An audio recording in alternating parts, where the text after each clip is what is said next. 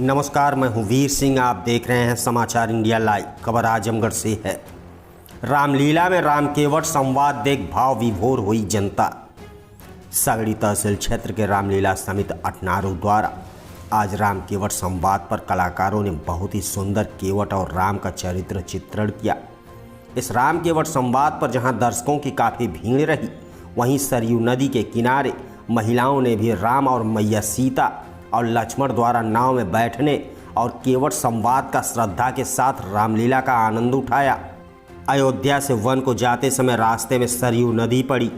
प्रभु श्री राम ने मल्लाह की ओर से नदी पार कराने को कहा तो केवट ने पहले उनसे चरण धोने को कहा। उसने कहा, प्रभु आपके चरण स्पर्श मात्र से जब पत्थर नारी में बदल गया तो मेरी नाव तो लकड़ी की है, यह नारी में बदल गई तो मैं अपने परिवार का भरण पोषण कैसे करूँगा।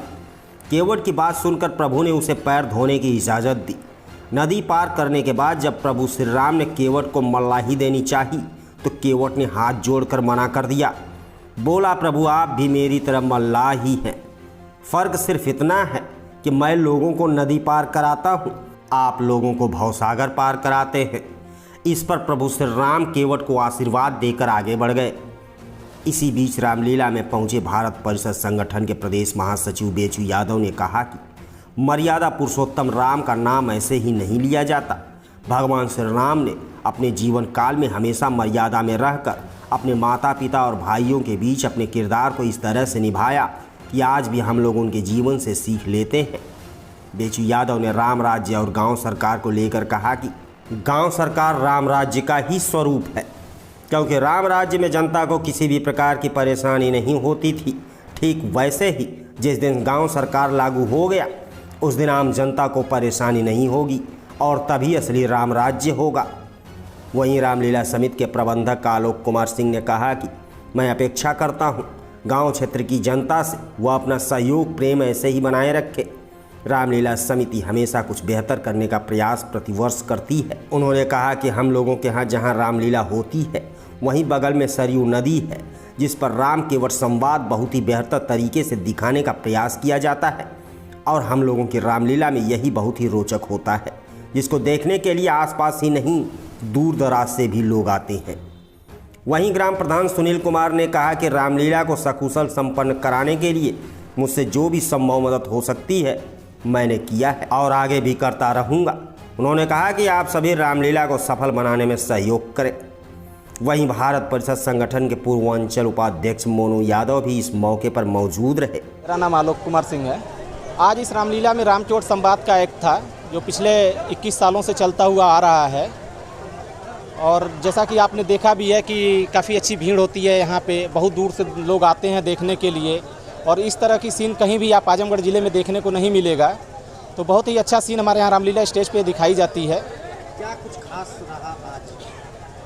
खास ये रहा कि मर्यादा पुरुषोत्तम भगवान श्री रामचंद्र जी छोटी सरजू से गंगा उस पार हुए हैं, यही आज का खास रहा है हमारे रामलीला समिति में। ये रामलीला देखिए, जब तक हमारे जनता का सहयोग मिलता रहेगा और हमारे पात्र और पदाधिकारी ये रामलीला हमारी चलेगी 16 तारीख तक। 16 तारीख को समापन रहेगा, 17 तारीख को दशहरा है।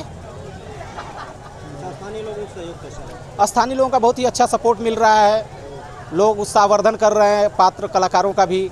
और आम जनता से हम यही निवेदन करते हैं कि आप लोग इसी तरह से हमारी रामलीला समिति को सपोर्ट करिए ताकि हम लोग और आगे की तरफ इस रामलीला को लेके जाएं।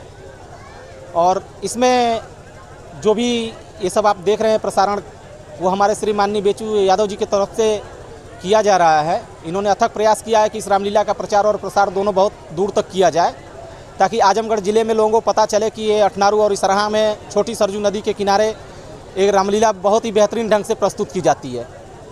कितने सालों से आप ये रामलीला का? ये रामलीला करीब 22वां साल है, ये 22 साल से चल रही है। मेरा नाम बेचू यादव, मैं एक समाजसेवी संगठन भारत परिषद का प्रदेश महासचिव हूँ। आपके यहाँ ये रामलीला हो रही है तो क्या इसकी विशेषता रही है और कैसा रहेगा? देखिए, यहाँ की जो रामलीला होती है ये तो जान लीजिए कि एक अपने आप में मिसाल है। ऐसी रामलीला तो हम जानते हैं कि पूरे जनपद में कहीं देखने को नहीं मिलेगी और जिसका आज के सीन में जो आप लोग आए हुए हैं राम केवट संवाद का, ये तो समझ लीजिए एक बहुत ही अद्भुत नज़ारा इसका यहाँ पर होता है।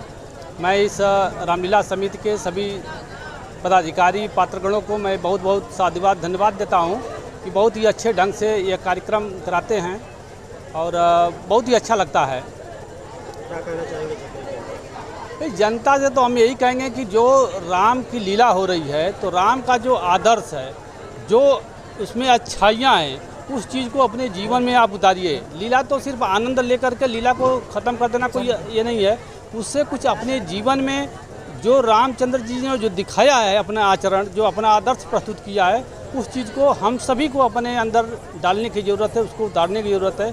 जनता से भी हम यही अपील करेंगे कि राम की लीला देखने के बाद अपने जीवन में सुधार लावें, उनके आदर्शों को अपने जीवन में उतारें, यही हम जनता से अपील करेंगे। सर अभी आप जो है कुछ देर पहले जो कि राम की लीला को और गांव की सरकार को आपस में जोड़ कुछ देखिए, इसलिए मैं रामलीला से और गांव सरकार को जोड़ा हूं कि चूँकि यह भगवान रामचंद्र जी जो है, जहां भी इनकी रामायण में और जिस लीला में मैं देखता हूं तो यही होता है कि जहां अत्याचार हुआ है, जहां गलत हुआ है, जहां पर दुर्व्यवहार हुआ है, ऐसे जगह पर यह राजा रामचंद्र जी भगवान राम जो है उन अत्याचारियों का वध किए हैं और उनसे मुक्ति दिला करके लोगों को गुलामी से आज़ादी को दिलाए हैं, लोगों को स्वतंत्र कराए हैं कि मेरे राजपाट में कोई न भूखा रहे, न कोई परेशान रहे, सारे लोग सुखी रहे, मेरी प्रजा सुखी रहे। यह इनका एक आदर्श रहा है। तो मैं गांव सरकार के बारे में जो जिक्र किया हूं, मैं इसलिए किया हूं कि आज हम गांव के लोग आज गुलामी की जंजीरों में जकड़े हुए हैं, गुलामी को जी रहे हैं। तो हम यही गांव सरकार जब हम लोगों को लागू हो जाएगी तो हम लोग अपने आप को आज़ाद हो जाएंगे। तो जो राम की लीला है, जिस समय का चरित्रण भगवान राम ने जो उनकी लीला हम लोग देख रहे हैं, ठीक वही लीला हम गांव वालों के साथ भी वो चीज़ होनी चाहिए। हम लोगों को गुलामी से आज़ादी मिलना चाहिए।